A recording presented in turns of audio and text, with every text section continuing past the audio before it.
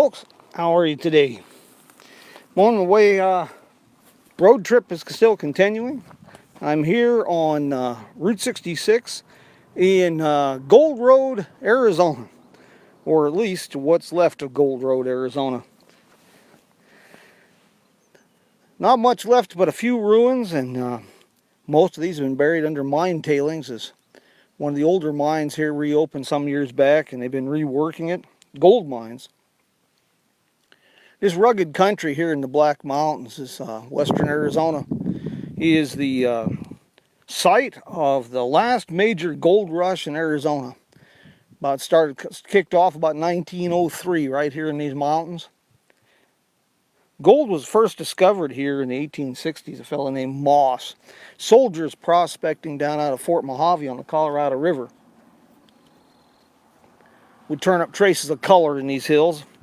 But it was hard rock mining, and, well, it got short shift. It made bigger strikes over in the Surbat Range to the northeast here. And so mining camps boomed and blossomed there. It was a little easier pulling ore from the ground than it was here. But 1903, a fellow named Jose Herrera's grubstake found a pretty good trace of color, a good vein here, and the rest, as they say, is history. Goldroad boomed for a very short period of time, kicking off around 1903. Right around the corner, back behind the Jeep, following Route 66 just around the bend, you come to Oatman, Arizona, a little bit more famous. Great place. Tourists really enjoy Oatman. It's a good caricature of what a Wild West prospecting town is expected to be. And for a lot of folks, it's kind of refreshing to see that not all the asses are in Washington. The boroughs run free up there. They're the mayor, the city council, and they have run of the town. Goldroad was quite a place. Never really amounted as much as Oatman, because it was the location here wasn't conducive to building a major city, but it was still a boom town. And these were times of segregation. You had the Mexican camp on one side and here, but there's a lot of Route 66 history here. The pre-1952 alignment of Route 66 courses through these mountains, and you'll find the sharpest curves, the steepest grades found anywhere on Route 66. It's arguably one of the most scenic sections of this storied old highway. I really doubt if Stevie Wonder could take a bad photograph out this way. I've been running this road for right at 50 years now, and I've never tired of the drive. A lot of Route 66 history, like I say here. National Old Trails Road came through here. Louis Chevrolet and his crew in 1914, they followed the valley cutoff, which is south through Yucca.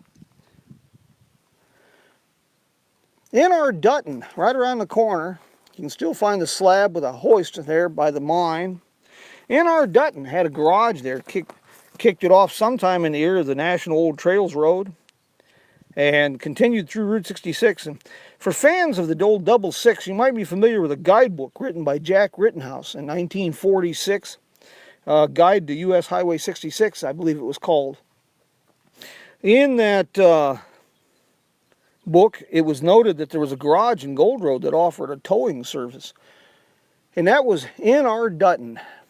He had the towing service. He also ran the school buses out of Goldroad, and he had a few other endeavors. He's the fella who built Cool Springs back around 1926. And then in 1946, he acquired the Taylor Owen Ford dealership in Kingman, Arizona. And that became Dutton Motors. Today it's Dutton Motors Dream Machines. And his nephew was Roy Dutton. Roy worked with NR out here at the garage in Goldroad. Got hurt pretty bad out here one time fixing a split rim tire that blew up in his face. But Roy went on to quite a few things in life, and he became the manager and then the owner of Dutton Motors, which is in Kingman on Andy Devine Avenue, Route 66, next to Mr. D's. And Mr. D's, the D in Mr. D's is Roy Dutton. That place started out as the Chemo Cafe. But we're kind of getting sidetracked here. Goldroad, Arizona Survived quite a few ups and downs, but mostly downs. The big years were about 1903 to about 1912, and things kind of faded in and out as far as mining went. Route 66, National Old Trails Road, become a big part of the economy here. And in the 1940s, the mines kind of played out, and the government shut down a lot of the mines as non-essential war efforts. So the mines were that were left, they flooded.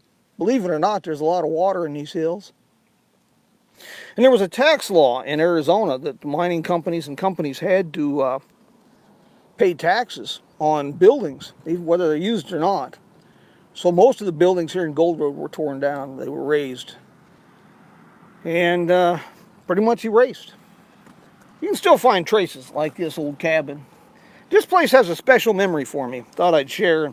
I'll post some photos later when I get back to the homestead. But the summer of 1966, when my family and I moved out here, one of the first things we did that summer was take a family picnic. And it was one of the last real picnics we had with my older sister and her new husband at the time. And we set up a picnic right here.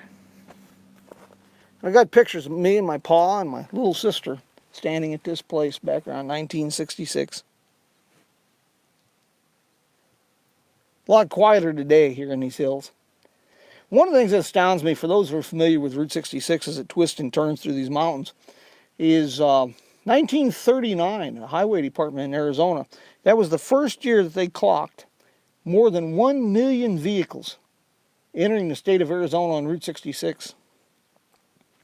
And another thing that's kind of intriguing about the old road here, a few months back I posted a live video program on the National Old Trails Road on the east side of Goldroad. Well, believe it or not, this road here, put in about 1918, 1919, that became Route 66 in 1926, this was an improved version. The original road in some places ran to 26% grades. We've got quite a few things going, and we want to be sharing with you in coming weeks. And we want to give a shout out, of course, to sponsors who make a lot of these programs possible. Our good friends in Cuba, Missouri. We're honored to help promote them, and we're sure grateful that they sponsor Jim Hinckley's America, and of course Gilligan's Route 66 Tours and Route 66 Tours. And Germany Route 66 is signed on as a sponsor, and they do some great motorcycle tours. And of course we have the friends at the Roadrunner Lodge and Tucumcari to say thank you to as well. Today's been kind of a productive day. I've got a whole bunch of surprises coming for you. And I hope you enjoy these programs. We're going to be doing a lot more of them from the road in the weeks to come. Folks, thanks for joining us today, and stay tuned. We've been telling people where to go since 1990, and now we're going to start showing them. Take care of me, amigos.